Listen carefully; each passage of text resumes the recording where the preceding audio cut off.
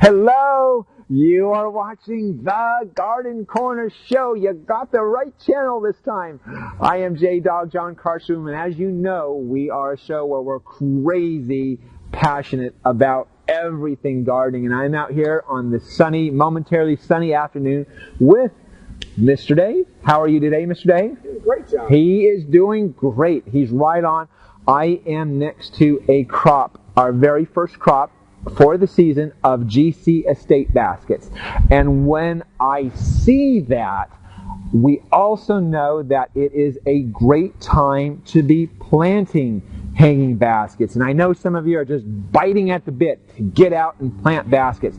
But this is really, hopefully today I can give you some helpful hints to really get a basket that kicks all the way through from beginning of spring through the heat of summer, say July 4th and on, and into the fall. So you really get a nice show. So I hopefully to get some helpful hints. Now, we're talking about timing.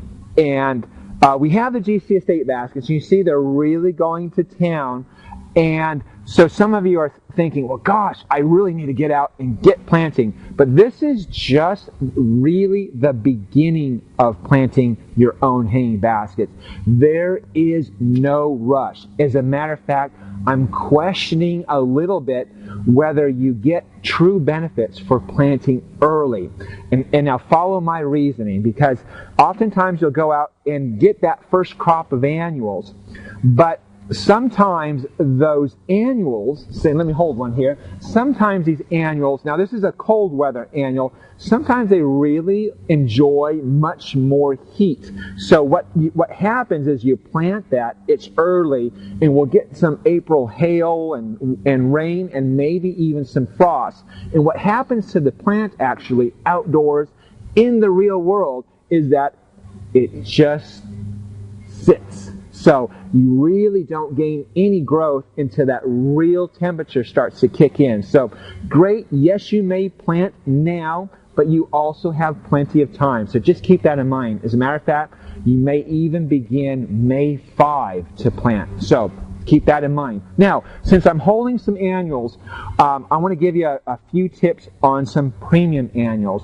And premium annuals, like I've said before, versus seed annuals, are annuals that are grown from cuttings. So usually they're patented plant material, meaning that someone hybridized these plants for their particular quality, whether it's trailing or ever blooming or no deadheading.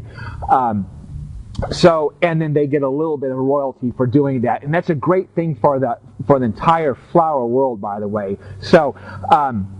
What was I talking about? Okay, premium annuals. Now, not all premium annuals are created equal, believe it or not. Let me give you an example. So, let's take, just for instance, the really well-known Bacopa. And Bacopa, by the way, was one of the first premium annuals around. It's a new patent.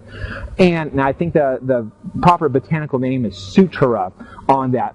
I'll show you this. Now, currently on the market, there's hundreds of varieties of Bacopa. So you may think, well, that's just Bacopa, and grab it. But really talk to your garden center. Let them know that you want a Bacopa that blooms from the beginning, well into past July 4th, and through the hot summer and into the fall, and doesn't give out. So, and there's very few Bacopas, by the way. Snowstorm. Think snowstorm. And it is it's one of the particular Bacopas, the only Bacopa, as a matter of fact, that we use in our big city baskets yet. And thank you very much for the help. The contest is still going on, by the way, naming these baskets. So keep them coming. Anyway, so keep that in mind. Really get the premium annuals that go all the way through the season. So now, another helpful hint. And we're going to go through this step by step, by the way, as the entire week progresses, hopefully. But another helpful hint, by the way, is choosing the right size basket to begin with. Now, you'll find out into the real world that there are a lot of sizes of baskets. And what we're looking for when you decide to do a basket yourself is soil volume. Really, take a look here. Now, this is a 12-inch basket right here. So it's just a foot wide. And you notice on this basket, by the way, how very little taper there is. So now all baskets need a taper. That's how they stack them onto each other. But this is ever such a slight taper. So there's a lot, an extra volume in there in that soil. Soil volume is important because it holds water and nutrients. So the more soil it holds, the more water and nutrients it holds, and your plants don't go under that stress of waiting for you to water it again. Really, we're trying to get through a 24-hour day with just one watering.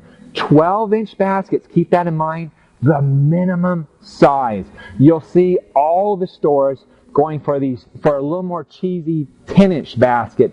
They're cheaper, they seem to be blooming, they seem to be okay, but we call those July 4th baskets, because by the time July 4th hits, those baskets just become too much to keep watering every day. Pretty soon you're up to two times or 3 times per watering. So that is your helpful hint for the day, is go bigger. Now, I also have some different sizes here. This, of course, is our big... I have to have this name, folks. So give me this name quickly. As we usually call our Lake Oswego baskets. It's a 10-gallon basket. But it can also be very shallow and wide. Again, we're looking at soil volume. Okay. So anyway, that is the helpful hint for the day. I hope that helps. And if you didn't get anything from it, and if you're confused as all get out, here is your quote for the day. When you're going through hell, keep going. Thank you very much, Winston Churchill. That's the show for the day. Always live your passion. See me right out of the sunset of the